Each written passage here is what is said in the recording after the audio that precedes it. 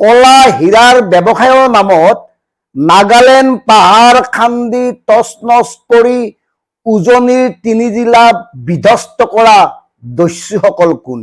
যদি সঁচাকৈ এইখন চৰকাৰ কল্যাণকামী চৰকাৰ, যদি সঁচাকৈ এইখন চৰকাৰ সাধাৰণ জনতাৰ চৰকাৰ, গতিকে এয়া আপোনালোকৰ কাৰণে চূড়ান্ত প্ৰত্যাহ্বান। আপোনালোকে সেই দস্যুসকলক চিনাক্ত কৰিব লাগিব। কোনে দিখৌ নদীত শিল বালিৰ অবৈধ খনন চলাই আছিল? এই কাৰণে কৈছো, ইতিমধ্যে 2019 চনতে এই বিষয়ে মহামান্য উচ্চ ন্যায়ালয়ে এটা গুৰুত্বপূৰ্ণ ৰায় দিছিল। টাস্ক ফোৰ্স গঠনৰ বাবেও নিৰ্দেশ দিছিল, কিন্তু পৰৱৰ্তী সময়ত একো কৰা নহল, যাৰ ফলশ্ৰুতিত আজি উজনিৰ এই অৱস্থা।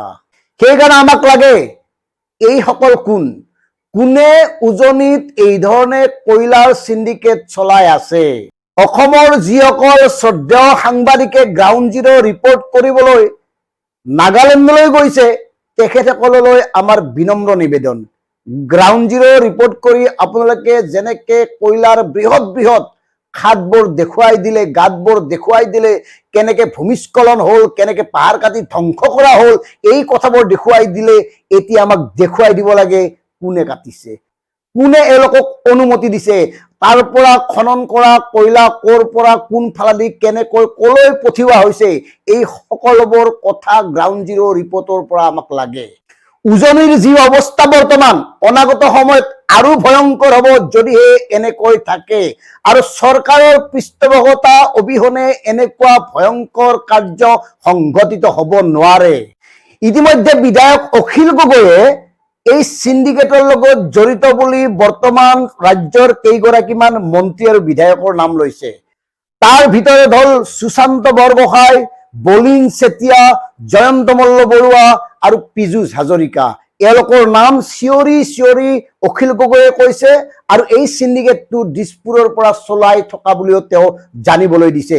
যদি তেওঁৰ কথা মিছা, তেওঁক জেলত থব লাগে, আৰু যদি তেওঁৰ কথা সঁচা, ইয়াৰ বিৰুদ্ধে বিশেষ ব্যৱস্থা গ্ৰহণ কৰা উচিত অসমৰ ভৱিষ্যতৰ স্বাৰ্থত। আনহাতে এই কেইগৰাকী নেতাৰ উপৰিও আৰু 3 গৰাকী বিধায়কৰ নাম সংযোজন কৰিছে ৰাইজৰ দলৰ আন এগৰাকী নেতা ধৈৰ্য কোঁৱৰে। তেওঁ মুকলিকৈ লিখিছে যে যিসকলে এই অৱস্থাটো কৰিলে, কয়লা খনন কৰি কয়লাৰ সিন্ডিকেট কৰি, তেওঁলোকক উজনিৰ 3খন জিলাই গণশত্ৰু হিচাপে ঘোষণা কৰিব লাগে। বিধায়ক সুশান্ত বৰগোহাঁই, ময়ূৰ বৰগোহাঁই আৰু ধৰ্মেশ্বৰ কোঁৱৰক গণশত্ৰু হিচাপে অভিহিত কৰিব লাগে। এওঁলোকে গোটেই কাৰবাৰবোৰ কৰি আছে, আৰু ইয়াৰ পৰিচালকৰ দায়িত্বত আছে মন্ত্ৰী পীযুষ হাজৰিকা। গতিকে গ্ৰাউণ্ড জিৰ' ৰিপৰ্ট কৰিবলৈ যোৱা শ্ৰদ্ধেয় সাংবাদিকসকল, এই বিষয়টো উলিয়াওক। কাৰণ উজনিত যিটো অৱস্থা হ'ল, তাৰ মুখ্য কাৰণ হ'ল নাগালেণ্ডৰ পৰা নামি অহা পানী, লগতে ভূমিস্খলন, লগতে আপোনাৰ অন্যান্য যিবোৰ আনুষংগিক প্ৰসংগৰ আপোনালোকে কথা কৈছে, নদী বান্ধৰ কথাবোৰ আপোনালোকে কোৱা নাই, সেইটো ক'ব খোজা নাই, সেইটো বেলেগ কথা। ইতিমধ্যে এই বিষয়ে আমি পূৰ্বে প্ৰতিবেদন প্ৰস্তুত কৰিছো। যিহেতুকে আপোনালোকে কয়লাৰ বিষয়টো ধৰিছে, কয়লাৰ গাঁতবোৰ দেখুৱালে, কয়লাৰ খনিবোৰ দেখুৱালে, যিহেতুকে বিস্তীৰ্ণ অঞ্চল খান্দি তেওঁলোকে পাহাৰখন শেষ কৰি পেলালে, এই কয়লা খন্দাৰ নেপথ্যত কোন আছে, এই তথ্যবোৰ লাগে। আৰু এটা গুৰুত্বপূৰ্ণ কথা, উজনিৰ জাতীয় দল সংগঠনে ইমান দিন কিয় মনে মনে আছিল? তেওঁলোকে দেখা নাছিল নেকি তাত যে কয়লাৰ ব্যৱসায় চলি আছে? তেওঁলোকে গম পোৱা নাছিল নেকি নাগালেণ্ডত যে কয়লা খনন কৰি শেষ কৰি পেলাইছে? আৰু শেহতীয়াভাৱে কি কৈছে আপোনাৰ আটাচুৰ সভাপতি বসন্ত গগৈ ডাঙৰীয়াই, যদি নাগালেণ্ডত কয়লা খননৰ বাবে উজনিৰ এই অৱস্থা বুলি প্ৰমাণ হয়, তেতিয়াহ'লে এখনো কয়লাৰ গাড়ী পাৰ হ'বলৈ নিদিয়ে। মানে ইমান দিন গম পোৱা নাছিল, মানে ইমান দিন আপোনালোকে একো জনাই নাছিল, আপোনালোকৰ নজৰলৈ অহাই নাছিল। এই কথাবোৰে কি বুজাব খুজিছে? আমি সেইকাৰণে উজনিৰ প্ৰতিটো জাতীয় দল সংগঠনক কৈছো, এই যে দুৰ্যোগ বিপৰ্যয়, ইয়াৰ পৰা আপোনালোকে হাত সাৰিব নোৱাৰিব। আপোনালোক সচেতন সজাগ হোৱা হলে এই কথাবোৰ হ'ব নোৱাৰিলেহেঁতেন। কিয় আপোনালোকে মনে মনে আছিল? কিয় আপোনালোকে অবাধ কয়লা খননৰ বিৰুদ্ধে মাত মতা নাছিল? উচ্চ ন্যায়ালয়ৰ নিৰ্দেশবোৰ আপোনালোকে গম পোৱা নাছিল নেকি? মানে ভাবক, জাতিটো যাওক, অসমখন যাওক, কেৱল নিজৰ পেট ভৰিব লাগে, নিজৰ সা সম্পত্তি বৃদ্ধি কৰিব লাগে, এনেকুৱা মানসিকতাৰ হৈ উঠিছে আন্দোলনকাৰীসকল, এনেকুৱা মানসিকতাৰ হৈ উঠিছে ৰাজনৈতিক নেতাসকল এনেকুৱা মানসিকতাৰ হৈ উঠিছে একাংশ বিশিষ্ট সমাজকৰ্মী, আৰু সেইবাবে আজি এই আমাৰ অৱস্থা।